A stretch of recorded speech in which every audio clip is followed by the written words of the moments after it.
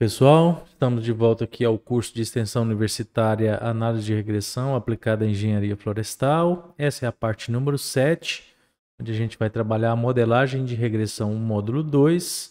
Eu sou o professor Fabrício Assis Leal, seu instrutor nesse curso.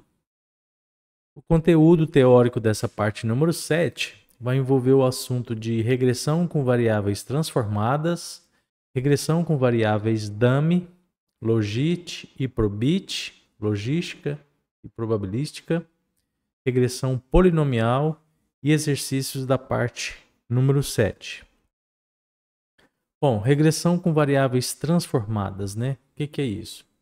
Muitas situações, pessoal, vocês vão precisar transformar variáveis, tanto dependentes quanto independentes, para diminuir a variação dos seus dados, então alcançando aqui um determinado objetivo, ou simplesmente atendendo uma especificação de um determinado modelo. O próprio modelo ele já demanda essa transformação. Tá?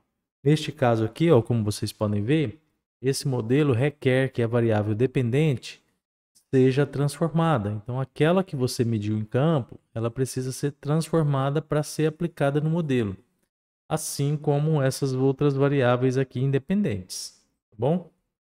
Então, depende muito de, de objetivo, de atender essa demanda do próprio modelo, tá? Mas acontece muito, muito, muito mesmo. Então, aqui só para vocês verem alguns modelos, ó, eu pensei aqui na variável altura, na estimativa. Então, estou mostrando aqui o modelo de Stoffels para vocês.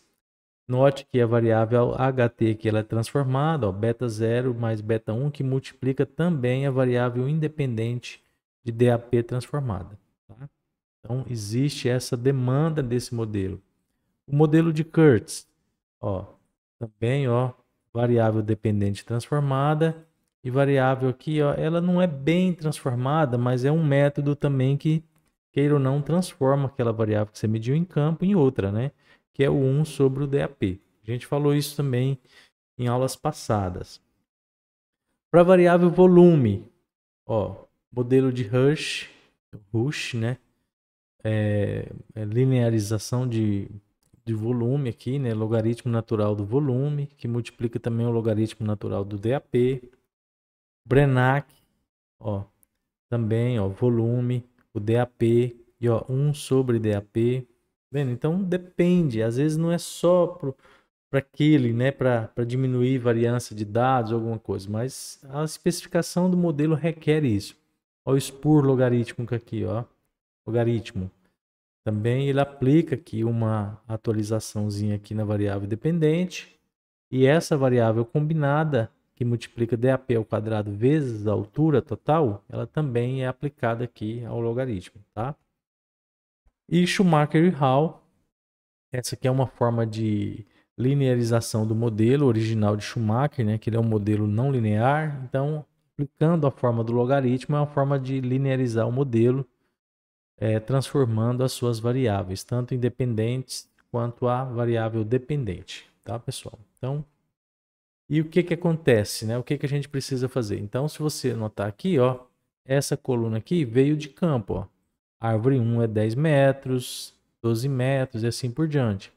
Para utilizar uma variável transformada, a gente tem que, transformar essa coluna.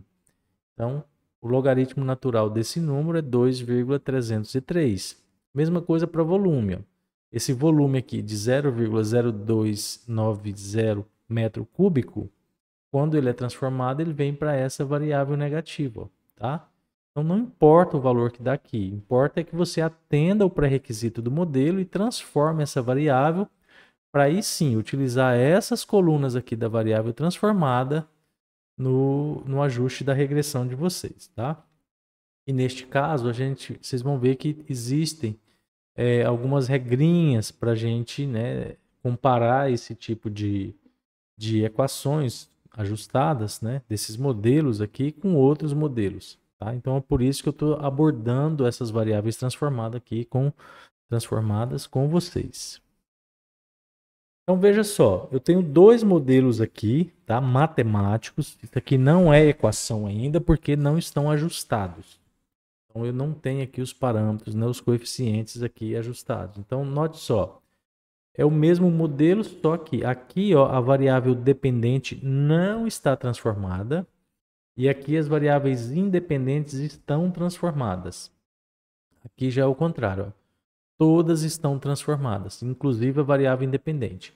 Então, neste caso, o que eu quero tratar com vocês aqui, nesse exemplo aqui, esses processos que a gente vai ver aqui, eles vão encaixar para modelos, né, matemáticos que têm a sua variável dependente transformada, tá? Vocês vão ver a diferença aqui agora. Então, veja só.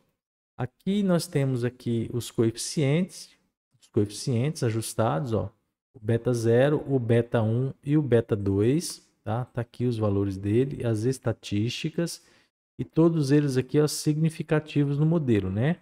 O ln de HT aqui quase não foi, ó, porque ele quase chegou lá no 0,5, né?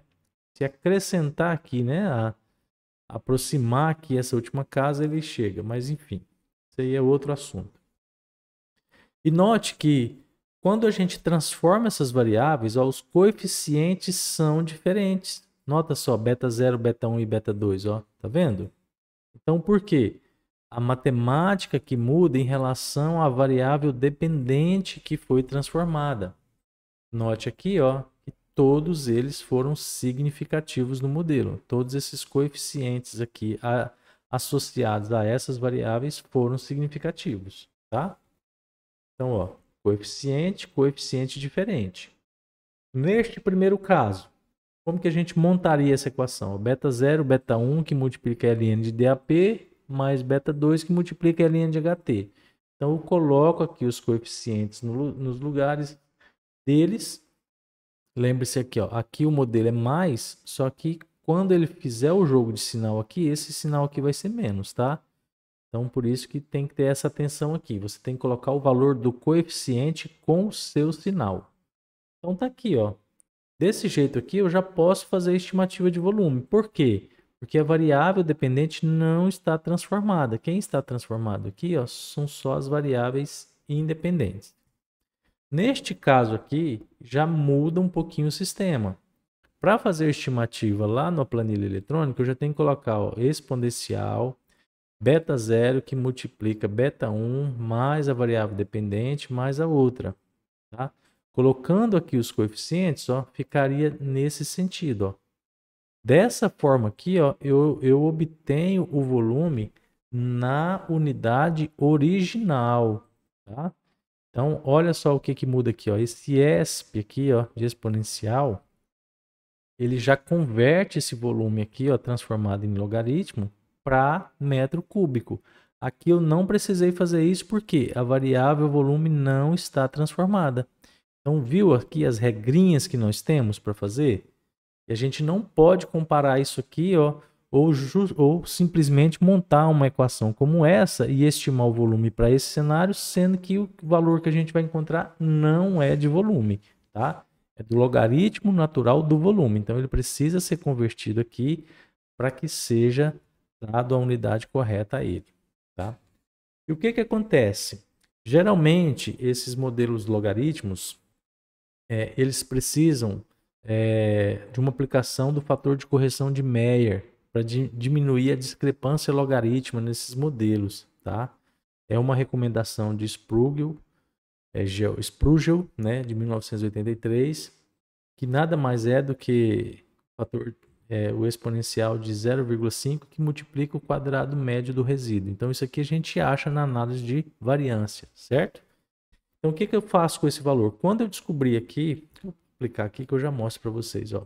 Então, pensando aqui num quadrado médio do resíduo de 0,052, quando eu faço toda essa matemática aqui, eu descubro que o valor de correção dele é 1,00260.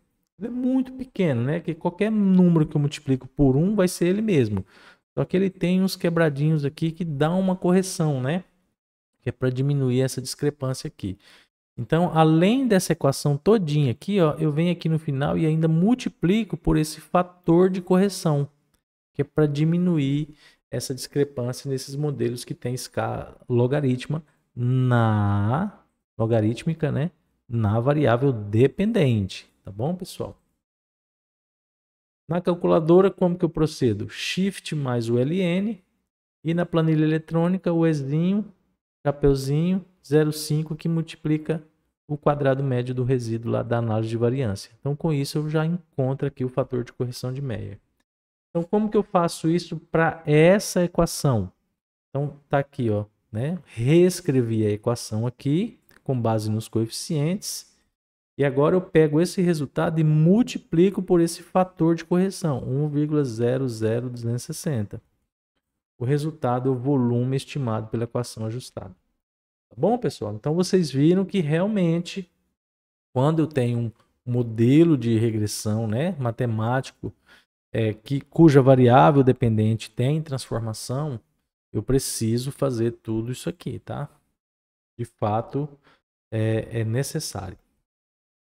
Então, voltando aqui, pensando aqui, ó, com base na estimativa dessa equação aqui, né, ajustada com esse método aqui, né, do exponencial multiplicado pelo fator de correção, eu consigo fazer a estimativa do volume. Então, note que ele fica na mesma unidade da variável observada. E a partir daqui eu consigo fazer o erro. Ó, o erro, volume observado menos volume estimado. Então ficou fácil. A gente já viu isso aqui. O erro e porcentagem é o erro, esse erro aqui absoluto, né, dividido pelo volume observado vezes 100. Então a gente tem uma ideia de quanto eu errei. Esse valor negativo já diz, né, que está superestimando a minha estimativa. A minha estimativa superestimou o valor, porque ela é negativa, né? Você já conhece aqui essa parte aqui, tá? O que eu preciso fazer além disso? Eu preciso de calcular a nova soma de quadrados dos resíduos. Por quê? Lembre-se que essa variável aqui eu não posso confiar naqueles valores que eles me dão lá dos ajustes, porque é uma variável transformada e aquelas unidades todas estão em logaritmo natural. Então eu tenho que calcular uma nova soma de quadrado. E aí o que eu faço? Depois que eu calculei esse erro aqui, ó, eu venho no finalzinho aqui e peço para somar essa soma de quadrados. Terminando essa soma de quadrados, o que eu vou fazer? O novo quadrado médio de um resíduo. O que é o quadrado médio do resíduo? Né? O novo, o posteriormente calculado. É essa soma de quadrados dos resíduos dividido por n menos p, que é o número de observações, né? Quantas observações eu tenho, menos o número de parâmetros no modelo. Neste caso aqui eu tenho 1, 2, 3. 3 parâmetros, tá? E aí eu acho um novo quadrado médio. Por que isso? Porque, pessoal, a partir daí eu consigo calcular aquelas estatísticas de precisão de ajuste, né? Especialmente aqui o erro padrão da estimativa. Eu vou tirar então a raiz quadrada aqui, ó, do novo quadrado médio do resíduo e vai me dar o erro padrão da estimativa nos valores, né, nas unidades daquela variável que eu medi, dependente. Em porcentagem, pego esse valor, divido pela média daquilo que foi observado, vezes 100, eu tenho o erro padrão da estimativa em porcentagem. E por que eu não posso pegar esses valores que são calculados, né, geralmente nas planilhas eletrônicas? Porque eu disse já para vocês, ó, a variável dependente está transformada e aquilo que a gente tem lá, ela está no logaritmo natural. Então tem que fazer tudo isso aqui de novo para poder comparar com outros modelos, tá? Nos exercícios aqui vai ficar bem claro para vocês. Bom, regressão com variáveis dummy. Né? O que é isso? Falando aqui da regressão logística e probabilística. Na modelagem é comum encontrarmos diversos tipos de modelos que têm, né, como pré-requisito que todas as variáveis sejam numéricas. E isso é muito comum. Mas o que fazer com aquelas variáveis categóricas nessas situações, né? A gente tem variáveis categóricas também em algumas situações e não se encaixam nesse tipo de análise de regressão que nós falamos anteriormente. Porque elas não são numéricas, elas são categóricas, são temáticas, né? De categorias, aliás. Para esse tipo de abordagem, podemos utilizar o conceito de variáveis dummy. O que é essa variáveis dummy? São variáveis binárias, 0 ou 1, criadas para representar uma variável com duas ou mais categorias. Então, veja só, você tem uma variável lá que ela é categorizada, né? A gente vai ver exemplos aqui, mas eu posso citar, por exemplo, só se eu quiser incluir espécie, né, em um modelo de regressão, então teríamos, né, que transformar artificialmente a variável espécie em uma variável dummy. Neste caso, é como se fosse assim, ó. Essa espécie é eucalipto? Coloco 1 para ela. Não é eucalipto, é pinus? Coloco 0. Então, é uma forma de diferenciar no meu ajuste de regressão, né, conforme essa variável categórica, também a espécie. Se é uma espécie A ou se é uma espécie B. Tá? Em caso de uma variável com 3 ou mais categorias, seria necessário criar sempre um n-1 dummies, que nada mais é do que isso. Ó. Vamos supor que eu tenho uma variável, né, que eu tenho um desejo de ajustar uma regressão, só que incluir nessa variável dependente a espécie que eu estou trabalhando. Então, quando for eucalipto, eu coloco 1 para eucalipto e 0 para todas as outras, pinus e mogno. Quando for pinus, 0 para eucalipto e 0 para o mogno. Quando for mogno, 0 eucalipto, 0 pinus e 1 sempre para aquela variável que eu estou trabalhando. E aqui, ó, mantenho todas as outras informações quantitativas, numéricas.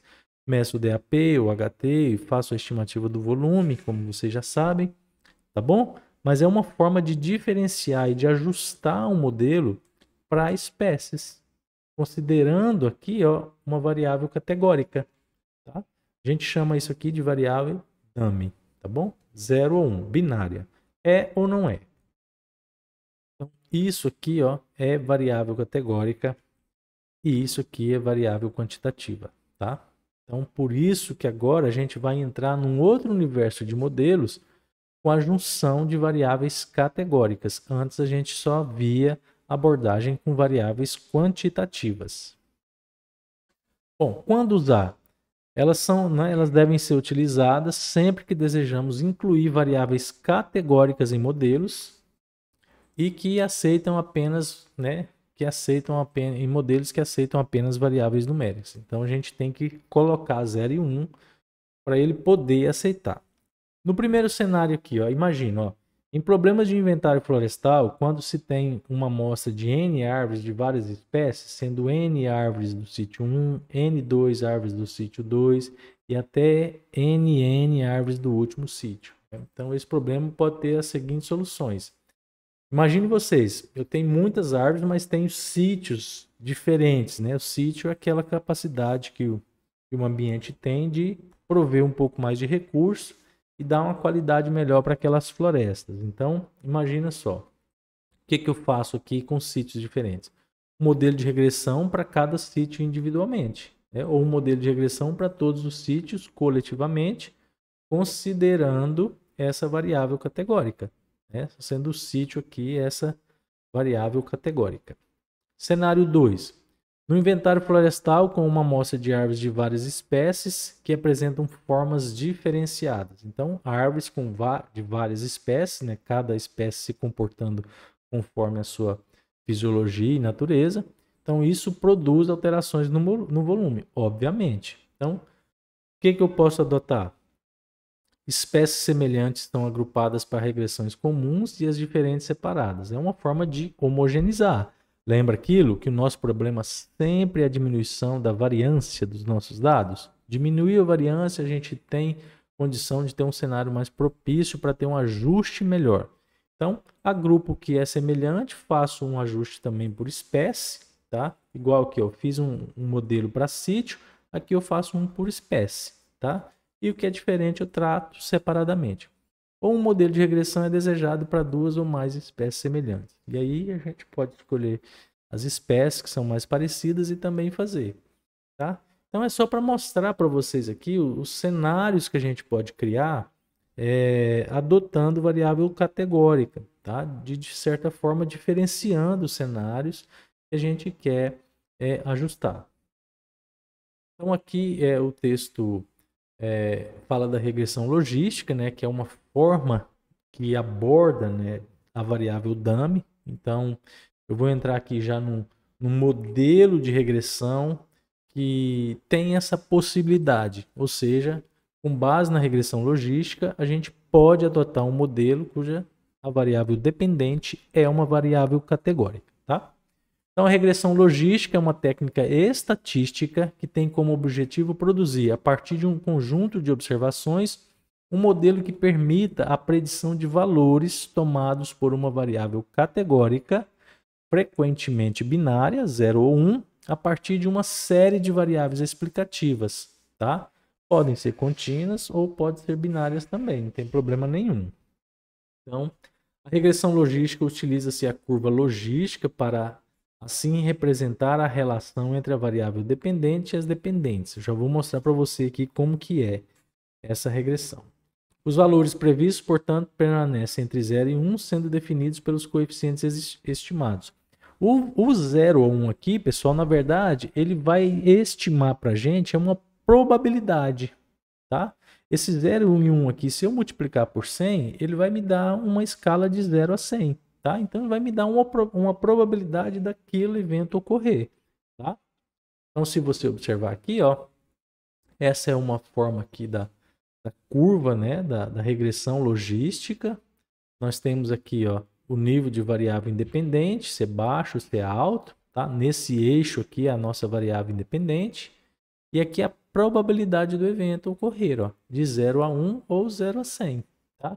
Então, conforme esse nível aqui ele é alto, existe uma possibilidade maior de certa coisa ocorrer. É o que a gente vai testar aqui nos nossos exercícios também, tá? Então, note que isso aqui não pode ser feito por uma regressão normal, tá? Muito menos uma não linear. Isso aqui é um evento de probabilidade. Então, é isso que a gente vai testar aqui com essas variáveis categóricas, tá? Então, quanto maior aqui, maior essa probabilidade desse evento ocorrer. Então, daqui a mesma forma, né? Se tiver relação, o nível da variável, quanto for maior, maior a probabilidade desse evento ocorrer, tá? Então, a gente testa essa relação aqui utilizando na variável dependente uma variável categórica. Então, aqui nós temos a relação também da mesma coisa. Duas, né, regressões aqui ajustadas, né, de modelos que mostram aqui o comportamento de determinado evento em relação aos seus dados e suas probabilidades. Tá? A gente vai ver isso aqui na prática direitinho. Então, isso aqui, na verdade, está repetindo aquele primeiro texto lá. Eu trouxe para cá só para que vocês ainda continuem com essa teoria, mas só para mostrar aqui a característica da regressão logística binária e multinominal. A binária, ela sempre vai ter duas categorias, tá, pessoal? Quando a variável qualitativa é dicotômica. Qualitativa porque ela dá qualidade, né? Ela pode ser espécie A, espécie B, substrato A, substrato B, dose de adubo A, dose de adubo B e assim por diante. Então, é por isso, tá? Então, ó, sim ou não, mulher ou homem, espécie A, espécie B, sítio A, sítio B, tá? Então, binária, 0 ou 1. Então, a logística multinomial, né? Multinomial, desculpa, é quando a variável qualitativa apresenta mais de duas categorias. Então, quando você tem, né, mais de duas. Nível de adubação, 3 níveis, espécie A, B ou C, como dei o exemplo aquela vez, né, nos slides anteriores. Instrumento A, B ou C, espaçamento A, B, C ou D e assim por diante, tá? Então, a gente pode ter várias funcionalidades aqui. Para o nosso exercício, a gente vai trabalhar com essa logística binária, tá? De duas categorias. Por que não usamos mínimos quadrados ordinários, né? Que é o método que é utilizado naquelas regressões lineares e lineares múltiplas que a gente já utilizou em exercícios passados, tá?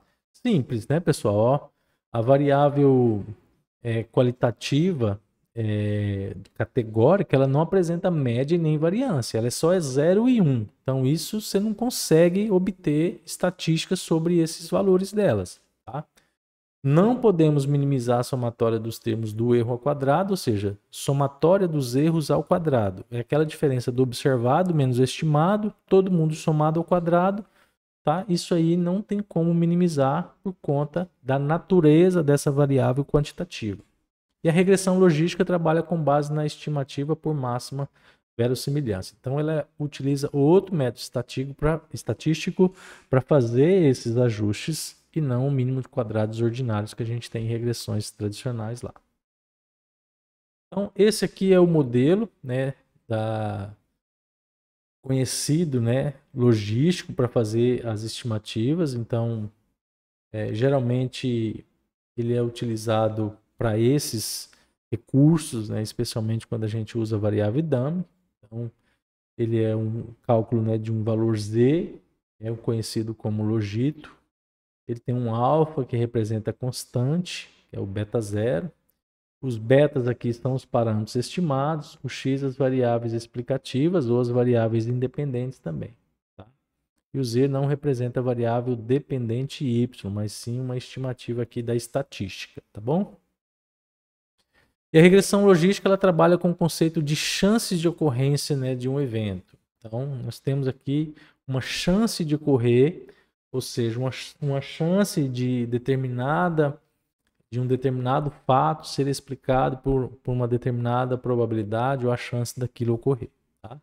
Então, pensando aqui em probabilidade, a gente vai trabalhar com esse 0 ou 1 ou 0 a 100%. Tá? Então, pensando nessa probabilidade de 80%, qual é a chance de ocorrência, né, numa probabilidade de 80%? Substituir esses valores de forma unitária, né, de 0 a 1, então 80% se torna 0,8. Trocando aqui na fórmula da chance, ficou 4. Então a chance de ser aprovado ou de alguma coisa acontecer, né, ocorrência de um determinado, é de 4 para 1. Tá? Vocês vão ver melhor isso aqui no exercício. Agora, a probabilidade do evento de ocorrer é calculada já por essa fórmula aqui. Ó. Essa aqui a gente vai usar nos nossos exercícios. Então, onde ZI é calculado, tá? Essa equação zona aqui, ó, ela entra aqui, tá? Então, é o exponencial dessa expressão aqui, ó, toda ela, tá? Então, a probabilidade é calculada utilizando isso aqui, 1 sobre 1 mais E, menos tudo isso aqui, tá bom, pessoal? E essa é a expressão geral da probabilidade de ocorrência de um evento. Então, se vocês olharem aqui, ela foi substituída. O alfa veio para cá e é tudo isso aqui que a gente vai fazer, tá? Então, calculando o evento, né, a probabilidade de cada ocorrência para cada observação acontecer, a gente vai criar cenários para nossa variável categórica e aí utilizando o modelo logístico aqui para os nossos exercícios, vocês vão ver como que funciona aqui. É um exercício bastante aplicado, acho que vocês vão gostar. Bom, e também temos a regressão com variáveis dummy, só que o probit, né, que é o probabilístico. Tem o logístico e agora tem o probabilístico. Então, a gente sempre fala, né, qual que é preferível? Né? Então, na maioria das aplicações, os modelos são bastante parecidos, tanto os logísticos e probabilísticos. A principal diferença está na distribuição logística, que tem caudas ligeiramente mais pesadas, né, mais pronunciadas. Então, aqui, ó, se vocês lembrarem lá, né, da aula dos slides passados, vocês vão ver aqui. Ó. Então, aqui é a probabilidade cumulativa de 0 a 100, de 0 a 1 e o modelo de cada um. Então, depende muito dessa distribuição aqui, tá? Essa distribuição aqui, a forma com que isso aqui faz, ó. Essa aqui me parece um pouco mais acentuado, né? Essa aqui ela já muda mais, né, repentinamente assim. Essa outra já é mais suavizada, se eu não me engano. Não tem muito a ver com esse tipo de distribuição, tá? Não há razões convincentes para preferir um modelo do outro. Né? Na prática, muitos pesquisadores escolhem o modelo Logit por sua relativa simplicidade. O exercício hoje vai tratar só do Logit, porque em muitas atividades, também na área florestal, né, de artigos e tudo mais, eu vejo o pessoal usando mais esse aqui. Bom, qual é a diferença? Principalmente, né? Probit, que é esse aqui, parte de uma função normal. ele admite que os erros estão normalmente distribuídos. E o logit parte de uma função logística e os erros têm uma distribuição logística. Então, ele parte aqui de uma estatística muito mais profunda, né? É extremamente interessante que você faça aí as suas análises para saber qual modelo, né, qual deles você pode aplicar os seus dados. A divulgação científica, ela ajuda muito, né, nesse sentido, né? Se você fizer aí uma análise rápida do que está sendo usado para o determinado fim que você pretende, você vai poder escolher aí, tá? Mas em termos de aplicação, assim, software, elas são bem parecidas. Bom, e por fim, eu vou citar, né, a regressão polinomial, porque me parece muito repetida com o que a gente já fez. A gente não vai abordar ela no exercício, mas é só para vocês entenderem, né, um pouquinho dessa regressão polinomial também. Bom, regressão polinomial. Agora, né, considerando uma classe de modelos de regressão múltipla, que ela leva em consideração essa natureza, né? Ele é um modelo múltiplo, ou seja, várias variáveis, ou a mesma variável colocada de diferentes formas no mesmo modelo. Tá? Os modelos, é assim que é a definição, os modelos polinomiais, né, têm sido muito usados em diferentes formas de objetivo. Ao apresentarmos esses modelos polinomiais, ampliamos a gama de especificações às quais o modelo clássico de regressão linear pode ser facilmente aplicado. Então, se você observar aqui, ó, dificilmente isso aqui teria um ajuste para um modelo de regressão linear simples, né? Porque, ó, ele passaria muito aqui assim, talvez, né? Fazendo uma estimativa aqui bem grosseira, mas só para você ter uma ideia. Então, ele não se adequaria muito bem aqui. Já o polinomial, ele tem essa forma, né? Essa função de adaptar, de se contornar esses pontos. Olha aqui, de forma bem representativa aqui, né? Então, sobre modelos polinomiais, a função quadrada é conhecida como polinômio do segundo grau, porque ela tem um termo quadrático aqui, tá? Na sua variável independente. Uma função cúbica, ela tem um termo cúbico aqui, ó, note que é a mesma variável, só que elevada a expoentes diferentes. Então, isso aqui seria um polinômio do terceiro grau. E aqui a forma da regressão polinomial de k-ésimo grau. Então, veja só, o que existe de crítica é que quanto mais grau você coloca no seu polinômio, mais curva aqui ele consegue fazer, ó, representando seus dados. Então, ele vai se moldar os seus dados à medida que você coloca aqui, né, um pouco mais acrescenta, né, um grau a mais nesse polinômio aqui, tá? Mas se você observar, ó, ele é um modelo linear múltiplo, sem nenhuma diferença dos que a gente já fez, só que as variáveis aqui, ó, geralmente a mesma variável, ela é transformada nesse grau diferencial aqui, tá? Para cada outro coeficiente aqui ajustado, um modelo aqui. Então, tem do quarto, do quinto, do sexto grau, tá? Só para vocês terem uma ideia. Então, aqui, ó, neste caso aqui, ó, para contornar efetivamente essa distribuição, né, em relação a salário e nível, né, que eu não me lembro que exercício que foi. Olha aqui, ó. A pessoa usou o modelo do oitavo grau. Então, precisa de muito expoente aqui, né, para poder contornar isso aqui. Então, acaba sendo aí uma forçaçãozinha também, né, de barra. Mas assim, muito útil, né? Não estou dizendo nada, mas é porque realmente para isso aqui acontecer tem que ter, né? Tem que adicionar grau a esse polinômio aqui. Nesse tipo de regressão polinomial, só há uma variável explanatória do lado direito, ou seja, aquilo que eu disse, né? A mesma variável, só que ela transformada em outros graus aqui, tá? Mas ela parece elevada às várias potências, o que a torna um modelo de regressão linear múltipla. Tá? Aquilo que a gente já falou. Então, modelo de regressão linear múltipla a gente já viu. A regressão polinomial não mudaria muito, né? Só aqui as potências elevadas aqui nas variáveis. Então, por isso que a gente não vai adotar aqui no nosso exercício, tá? Como parte dos exercícios dessa parte número 7, a gente vai abordar regressão com variáveis transformadas, com certeza, né? Porque Acontece muito no nosso meio utilizar isso. E uma regressão logística simples para vocês verem em funcionamento, um exercício prático também bem aplicado. Bom, aqui a gente finaliza essa parte teórica e a gente já começa aqui os exercícios dessa prática, a parte número 7. Pessoal, dando início aqui aos nossos exercícios da parte 7, a modelagem de regressão do módulo 2, essa é a etapa número 1. A gente vai abordar agora a regressão com variáveis transformadas. Pessoal, vocês receberam aí na descrição do vídeo um link que dá acesso à base de dados dessa parte do curso, tá? Então você faz o download, descompacta e aqui na primeira etapa nós temos dados aula 7, etapa 1. Então vamos dar um enter. Vamos aguardar aqui abrir. Então olha só. Nós temos aqui a seguinte situação, ó.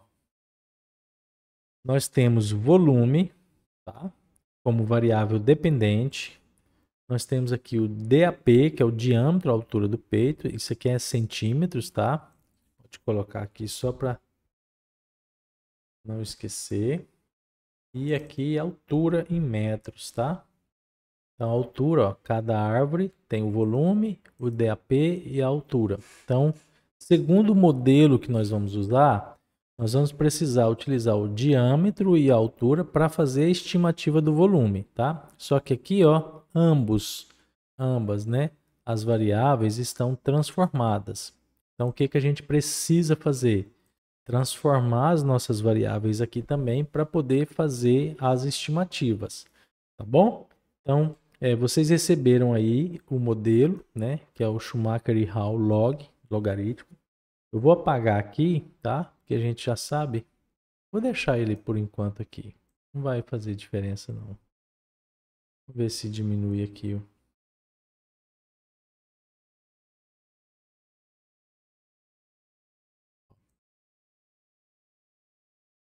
Caixa de texto aqui vai ser difícil, né? Eu já sei o que eu faço. Vou diminuir aqui, tá?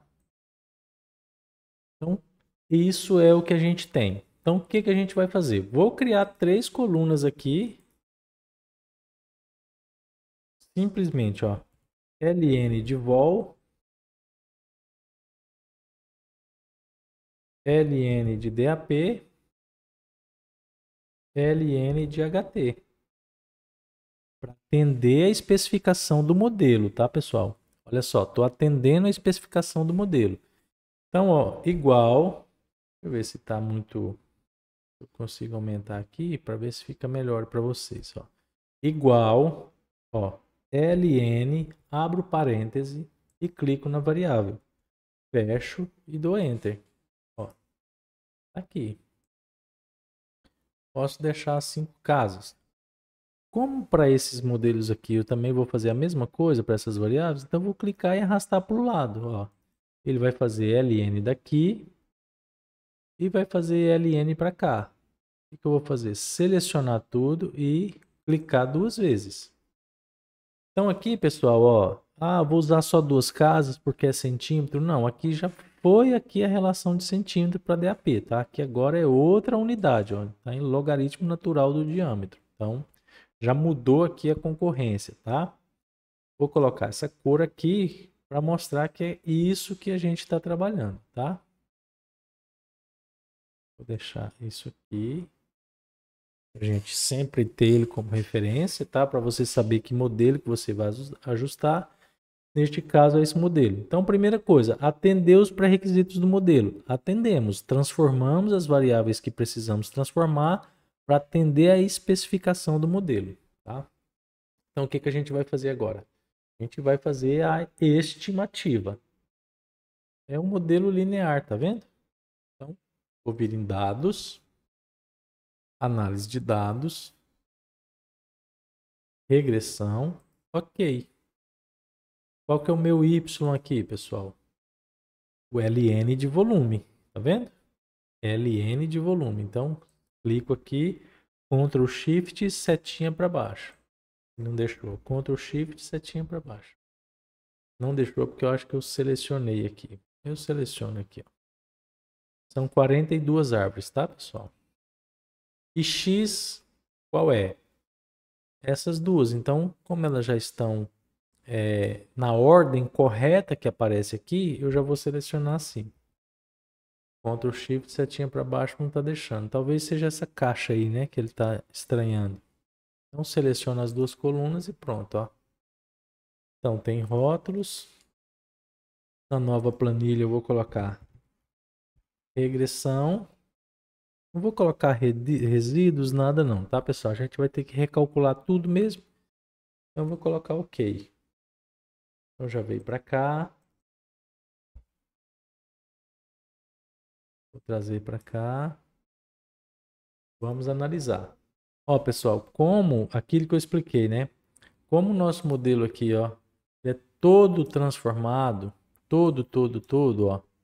Nada aqui vai resolver pra gente, tá? Eu vou até fazer diferente aqui, ó. Vou copiar esses dados aqui. Vou deixar lá, vou trazer para cá. Vou trazer para cá, ó, tá? Para ficar mais fácil aqui, que a gente vai precisar dessas colunas aqui, ó. Ó, isso aqui, pessoal, ó, nada adianta, nada adianta. Por quê? A variável aqui está transformada. Então, isso aqui eu não posso confiar nesses valores aqui, tá? Então, esquece eles, porque a gente vai ter que recalcular aí o padrão da estimativa. Ó. Isso aqui mesmo, ó, não posso falar que isso aqui é metro cúbico. Por quê? A variável está transformada. Então, isso aqui é logaritmo natural do volume, tá? A gente vai fazer agora. Mas vamos lá, vamos se ater aqui as considerações da análise de variância. Ó, pelo valor de f, você já sabe que é significativo, existe regressão para esses dados. Mudando aqui para número, ó, com certeza também, tá?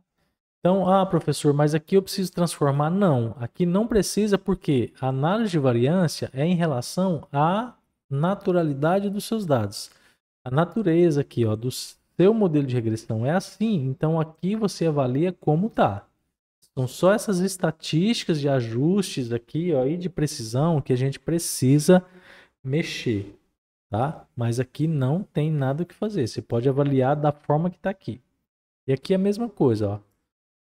Os coeficientes, os beta 0, beta 1, 2 aí da vida, tá?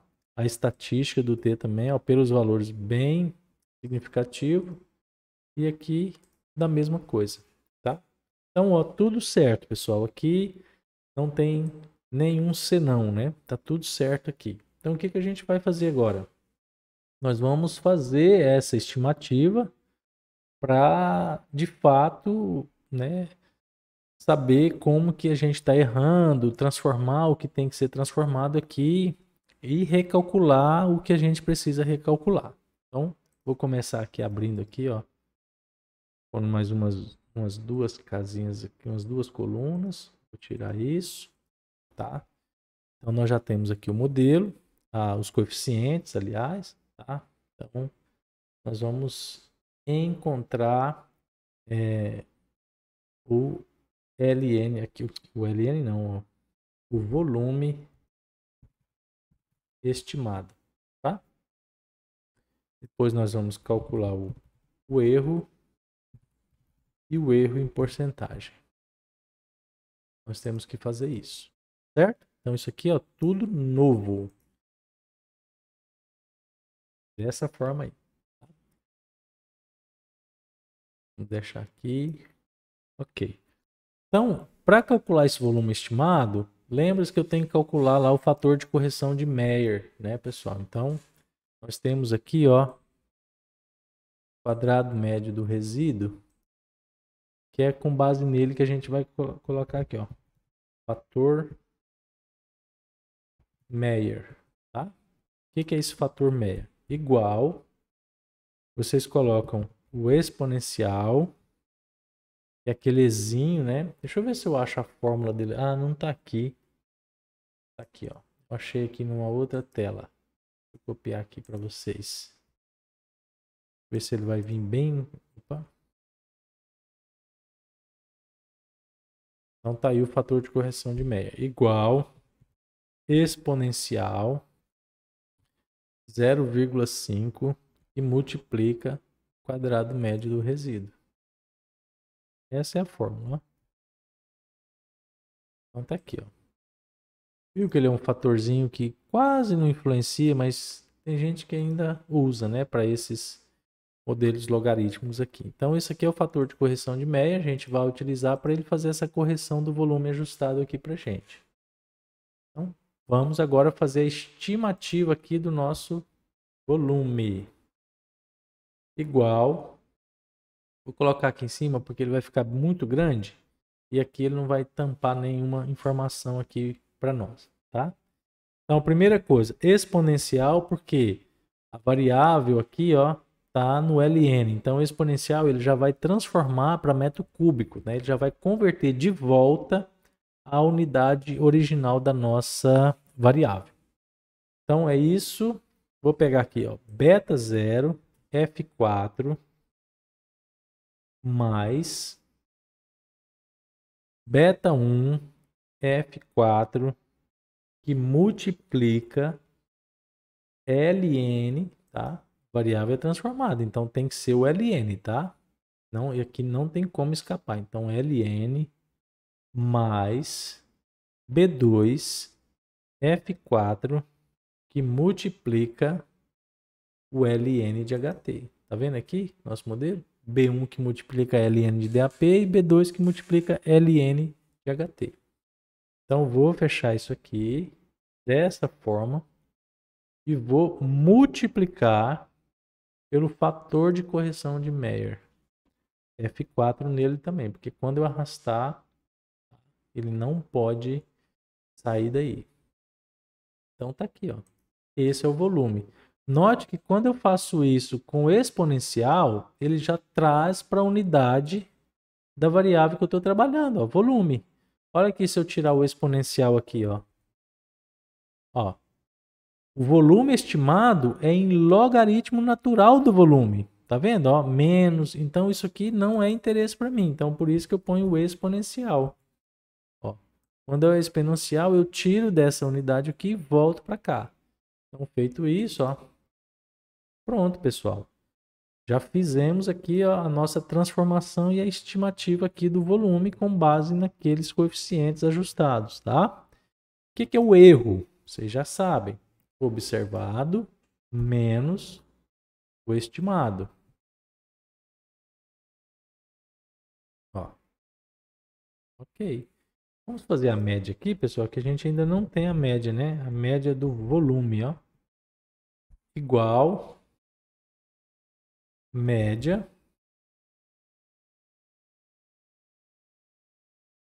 A gente vai precisar para calcular aqui, né, o erro em porcentagem e também o erro padrão da estimativa. Então a média, agora sim, ó. Qual que é o erro em porcentagem? O erro dividido pela média F4 vezes 100. Ó, nesse primeiro caso, eu superestimei 16%. Ó. E assim eu fiz. Ó. Pronto. Ó. Todos eles. Tá bom, pessoal? Tá entendendo, né? Tá bem claro, né? A parte mais importante é essa coluna aqui, ó, tá? Porque aqui, ó, você precisa entender que não é só utilizar isso aqui de forma linear, tem que usar o exponencial e se você quiser ou não, multiplicar pelo fator de correção de Meyer. Eu coloquei aqui como um atrativo a mais aqui, tá? Então, o que que a gente vai fazer agora? Eu vou recalcular, deixa eu ver se eu coloco aqui uma coluna, vou colocar duas, ó. Vou tirar isso aqui, sem preenchimento. E vou recalcular agora as novas somas, né? As novas somas de quadrado de resíduo e o novo quadrado médio do resíduo para poder calcular as outras coisas. Então, esse aqui a gente não usa, ó, tá? Vou colocar ele aqui ó, de preto com branco para você não usar, tá?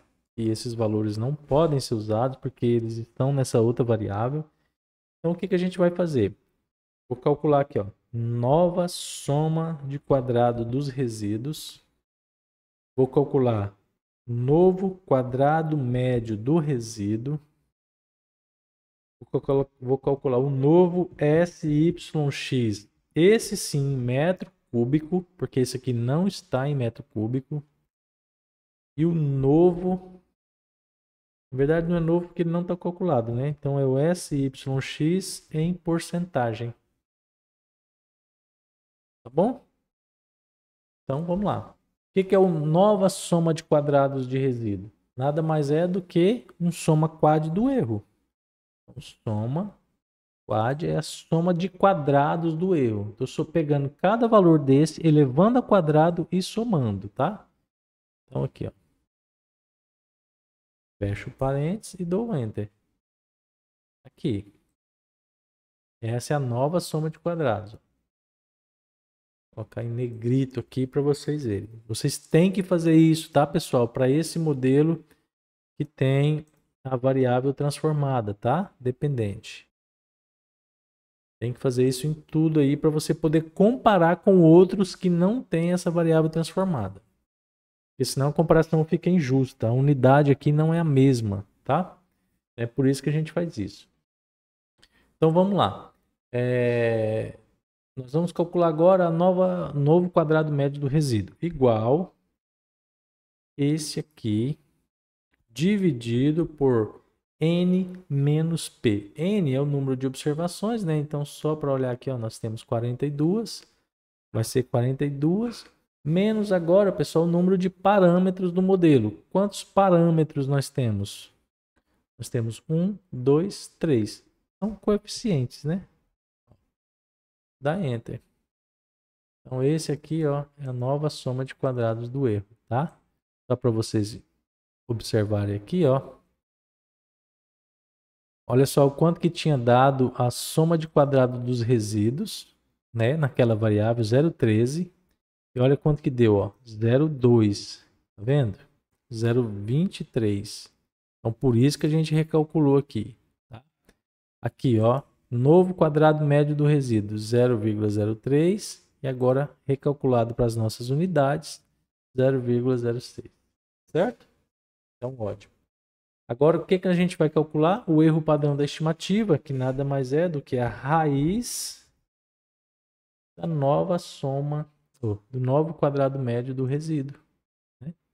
Se fosse em termos normais, seria esse, mas como tem recálculo, é esse. Então, olha só. Então, ó, uma unidade que tinha dado 0,0581, na verdade, ele é 0,0247, ó.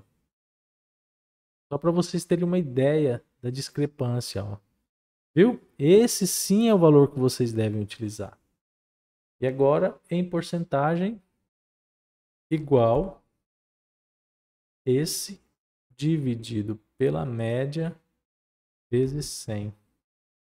6,27. Só para você ter uma ideia, se a gente fosse fazer o SYX desse aqui, ó, seria isso dividido por isso vezes 100.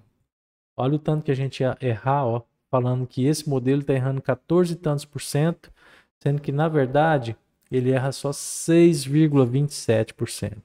Tá vendo a importância de fazer esse recálculo aqui, ó, para esses modelos que têm a variável transformada? Então você tem que fazer isso para tornar a comparação dele justa com outros modelos que você vai fazer, tá?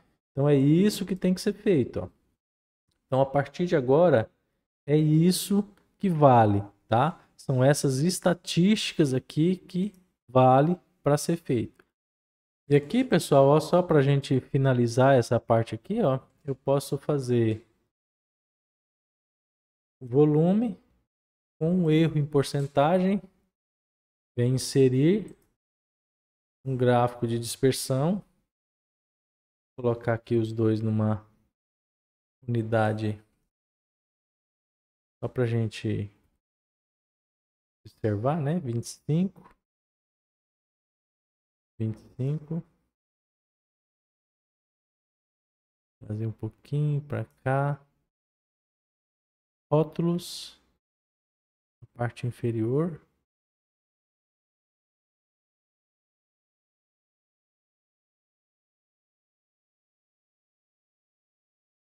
Agora foi.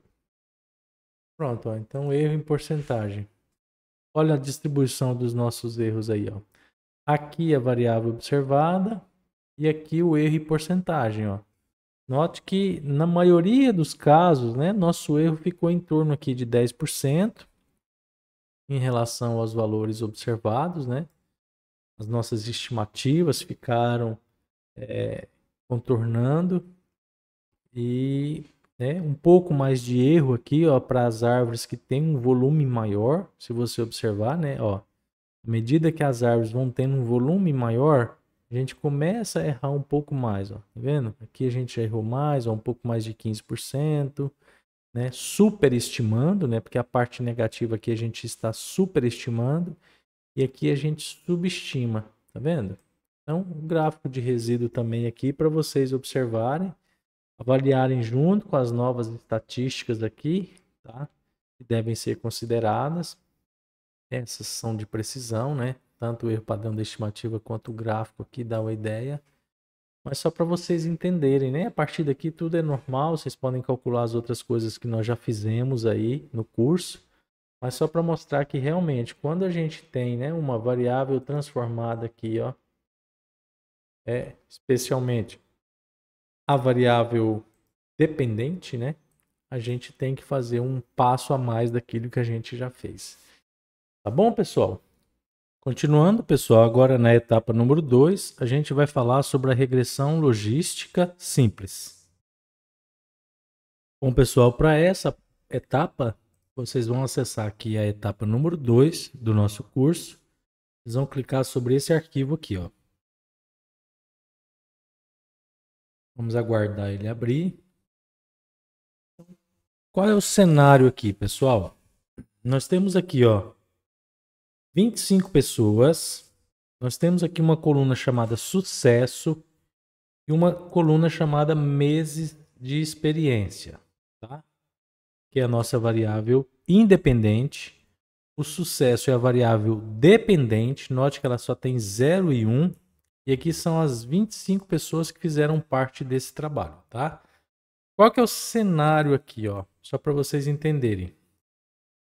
O cenário é o seguinte: uma pesquisadora está estudando o efeito do tempo de experiência, ó, tempo de experiência em meses, tá? Em geoprocessamento sobre a habilidade para completar dentro de um determinado tempo um processamento muito difícil. Então, aqui ela está pensando assim, no efeito do tempo de experiência, né? Quantidade de tempo que aquela pessoa tem de experiência em geoprocessamento, na habilidade dela completar um processamento difícil dentro de um determinado tempo. Então, 25 pessoas foram selecionadas para o estudo. A variável independente corresponde aos meses de experiência em geoprocessamento. Está aqui, ó. Um tem 14 meses, 1 ano e 2 meses, 29 meses, 3 meses, 4 meses, tá? E a variável dependente significa o sucesso, ou seja, se ela conseguiu terminar essa tarefa difícil, né, esse processamento difícil, num determinado tempo, a variável dela vai ser 1. Então, a pessoa 4 aqui, ó, ela conseguiu com sucesso finalizar esse processamento dentro daquele tempo específico, então ela recebeu 1. Já a pessoa 6, ela não conseguiu. E note que o mês de experiência dela em geoprocessamento também é baixo, ó, só tem 4 meses, tá? Então é só isso que a gente está medindo aqui, ó, sucesso e insucesso. O sucesso é 1, insucesso é 0. E aqui os meses de experiência em geoprocessamento. Tá? Então a gente vai ver se tem relação, né, a probabilidade de ter mais experiência com o sucesso na execução da atividade. Tá? É isso que a gente vai testar aqui. Bom, já que vocês conhecem o cenário, pessoal, então vamos abrir aqui o Biostat, tá? Vamos copiar essas duas colunas aqui. Deixa eu já copiá-las aqui. Então, nós vamos copiar isso aqui, ó. O sucesso e os meses de experiência. Ctrl C. Vou vir aqui, ó. Ctrl V. Então, a nossa variável aqui, ó, clico na coluna, lembra disso? F2, vou colocar aqui, ó, sucesso, entre parênteses, Y, variável dependente, tá? E F2 aqui, ó, experiência, que é a nossa variável X, tá? Experiência em meses. Bom, então tá tudo aqui, ó. Nosso sucesso e a experiência. Tudo bem? Então vamos lá. Acessando aqui agora, né? Vocês já renomearam aqui, vamos para a parte da estatística logística. Vamos vir aqui, estatística, regressão, ó, regressão logística simples. E tem aquela múltipla, lembra dela que eu citei na aula? A polinomial, ó. Então vamos aqui, ó, logística simples. Então nós temos todas elas aqui. Então agora, né, primeiro a gente vai clicar na variável dependente, y, e por último na independente, que é x. Tá bom, pessoal? Então a partir de agora, a gente vai clicar aqui, ó, de executar a estatística. Olha, ele já fez. Vamos observar aqui os dados. Ó, número de valor zero, nós temos 14, ou seja, 14 pessoas, né, de 25, não 56%, tiveram insucesso na execução dessa atividade. 11 pessoas, né, que significam 44%, tiveram sucesso, ou seja, receberam o valor número 1, tá bom? Nós temos aqui, ó, número de variáveis independentes 1, número de casos 25, ó, são 25 observações, tá bom? Aqui é o efeito, né, do modelo de máximo verossimilhança. Se vocês olharem aqui, ó, a probabilidade menor do que o nível de significância que a gente utilizou, então tá tudo certo aqui, tá? Tá aqui o nosso modelo logístico, ó, tá? Já tá tudo prontinho para ajustar, ó, olha os coeficientes aqui, ó, mesma coisa aqui, ó, coeficiente beta 0, beta 1, tá vendo? Deste modelo aqui, ó, certo? Então nós temos o erro padrão, o valor Z calculado, o P valor, ó, 0,1, então o coeficiente X aqui, ele tem significação no modelo, significativo, tá? Esse odds ratio aqui, pessoal, ele significa, na verdade, ele é um parâmetro estatístico, tá? Que é como se fosse a razão de chance. É assim que ele é considerado. O que é essa razão de chance? É a chance de sucesso na execução dessa tarefa. Ou seja, quanto maior for seu tempo de experiência em geoprocessamento, maior chance você vai ter na execução dessa tarefa. Tá? Então, se você tivesse outros modelos aí para comparar, se você, por exemplo, tiver um outro valor aí menor que esse ou maior, você faria, né, vou mostrar aqui em tabela, só para você ver. Ó, aqui, ó. Vamos supor aqui, ó, essa razão de chance, né, que a gente chama. Ó, esse do nosso trabalho foi, se eu não me engano, 1,1753. Queria aqui. 1,1753, certo? Então pronto. Esse foi do nosso trabalho. Esse é nosso. Agora vamos pegar de outro aqui, de outra fonte, testando outra estrutura aqui, alguma coisa assim do tipo, tá? Então tá aqui. Vamos supor que fosse, vou pegar um número aleatório aqui, de 896, por exemplo. Isso. Então olha só. Então se isso aqui é a razão de chance, né, de ocorrer de uma determinada probabilidade, né, nessa execução aqui, por exemplo, a chance de sucesso. Então, se você tem aqui, ó, dois modelos logísticos que te retornaram esse valor estatístico, se você observar aqui, ó, eu vou pegar esse nosso, que é maior, dividir por esse menor.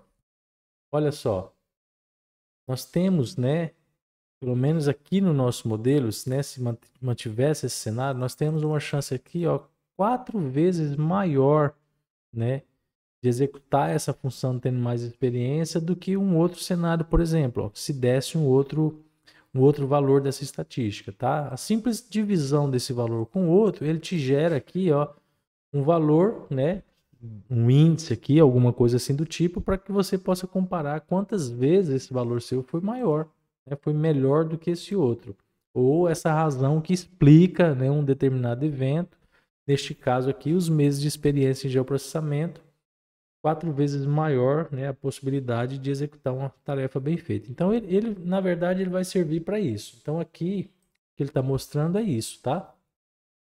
É essa estatística que mede essa possibilidade de dizer quantas vezes uma ocorrência pode ser melhor ou pior do que a outra. Tá? Nesse caso nosso aqui foi assim.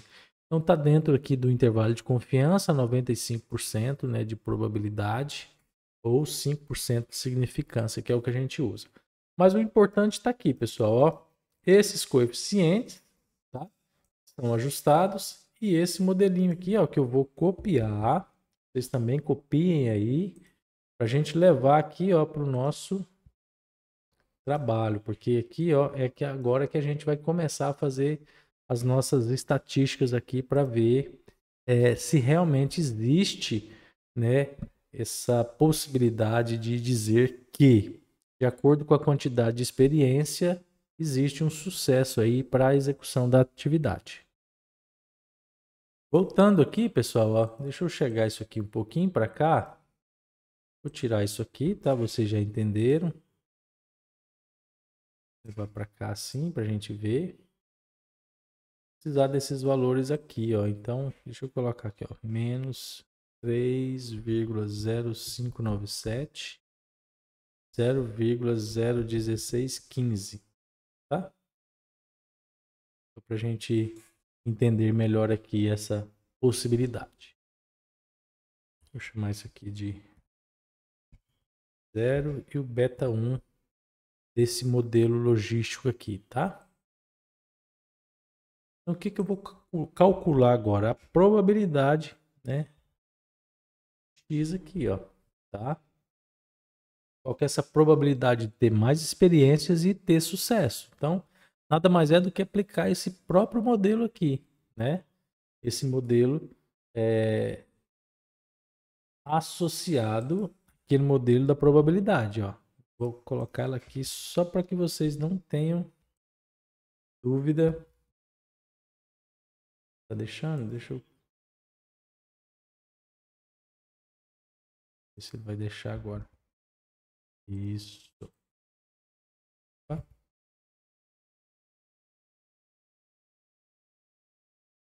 Ó, lembra dele lá? Aqui o PI, ó, onde a gente entra com o PI tá aqui, ó. O alfa tá aqui. Vou até colocar aqui, ó.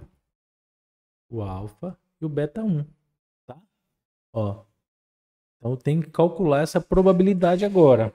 Onde ela vai entrar aqui no nosso trabalho? Aqui em cima, ó, tá?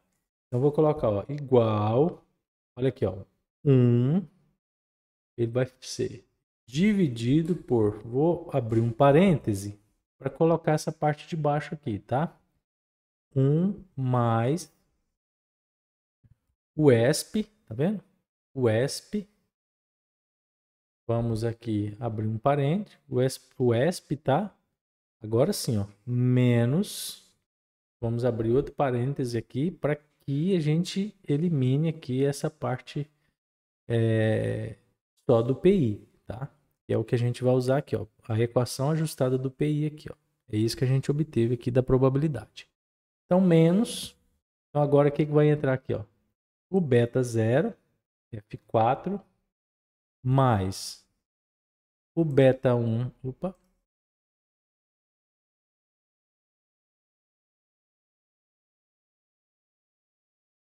beta 0, F4, abrir esses parênteses aqui todinho, tá? Mais, é porque quando eu cliquei estava aqui a figura, né? O beta 1, F4, que multiplica o X. O X eu vou deixar solto, porque quando eu arrastar eu quero que ele também arraste para baixo, tá? Então, ó, abri aqui, ó, 1, 2, 3 parênteses, estou fechando 1, 2, 3 parênteses, tá? Pronto, ó, aqui. Então, essa é a probabilidade, ó, probabilidade bem baixa aqui, inclusive, tá? Então, vamos só colocar aqui. Lembra que a probabilidade ela é de 0 a 1, tá?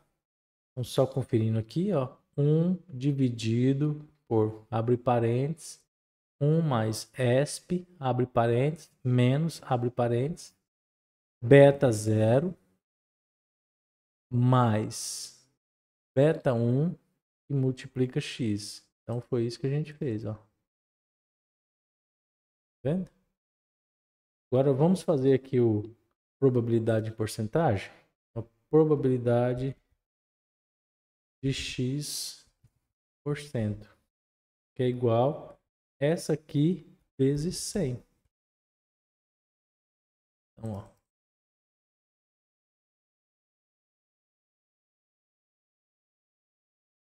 Pessoal, ó, eu errei aquele valor aqui, ó, tá? Deixa eu ver se o meu biostat está aberto aqui, só para você olhar, ó. É 0,1615, tá? 0,1615. Então aqui, ó, coloquei um zero a mais, tá? Então, ó, quando eu mudo aqui, ó, a probabilidade muda, tá? Então, só para vocês observarem, a equação tá certinha. Eu desconfiei aqui do valor, então por isso que eu dei uma olhada aqui. Mas era aqui que eu tinha errado, tá? No valor do beta 1, tá? Eu acho que vocês já tinham percebido aí, porque vocês observaram aqui, né? E eu realmente passei batido, tá? Mas agora aqui tá consertado, tá bom?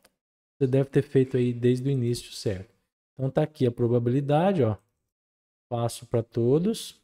E aqui eu multiplico essa probabilidade por 100. Então, note que nós temos aqui uma probabilidade agora de 0 a 100, que fica um pouco mais fácil aqui o nosso entendimento. Para facilitar aqui, né, para melhorar o nosso gráfico aqui, a nossa correspondência, o que a gente vai fazer? A gente vai fazer um gráfico, tá? De meses de experiência com a probabilidade em porcentagem de executar aquele tipo de função. Então, para isso, vamos colocar aqui, ó, esses meses de experiência em ordem cronológica, assim, né, de ordem crescente, para facilitar aqui o nosso. Bom, vamos aqui na opção de classificar e filtrar, do menor para o maior, vamos expandir a seleção. Então, está expandida. Então, vamos pegar aqui. Ah, ele fez um. Deixa eu só fazer aqui, então, copiar ele separado aqui, ó. Copiar aqui, vou copiar o cabeçalho todo, tá? Para ficar mais fácil. Ó. Ctrl C. Vou vir para cá e colocar como valores. Tá vendo? Então, em meses de experiência, eu vou pedir para classificar do menor para o maior. Vou expandir a seleção. Então, vou chamar isso aqui de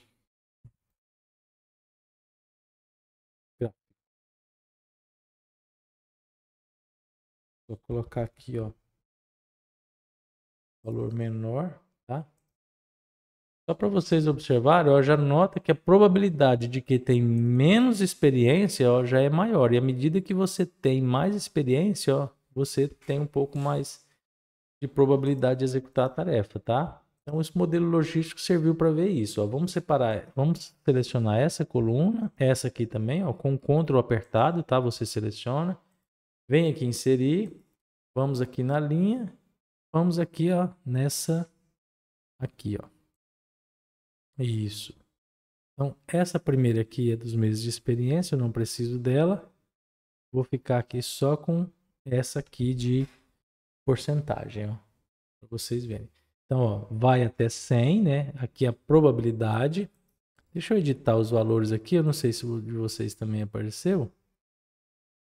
Vou aqui, ó, remover para ficar só essa, tá? Então, olha só. Então, aqui nós temos os meses de experiência, tá?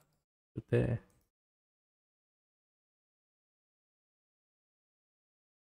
ele vai repetir aqui, tá vendo? Ó? Mas só para ficar mais interessante aí para você saber. Então, vou aumentar aqui.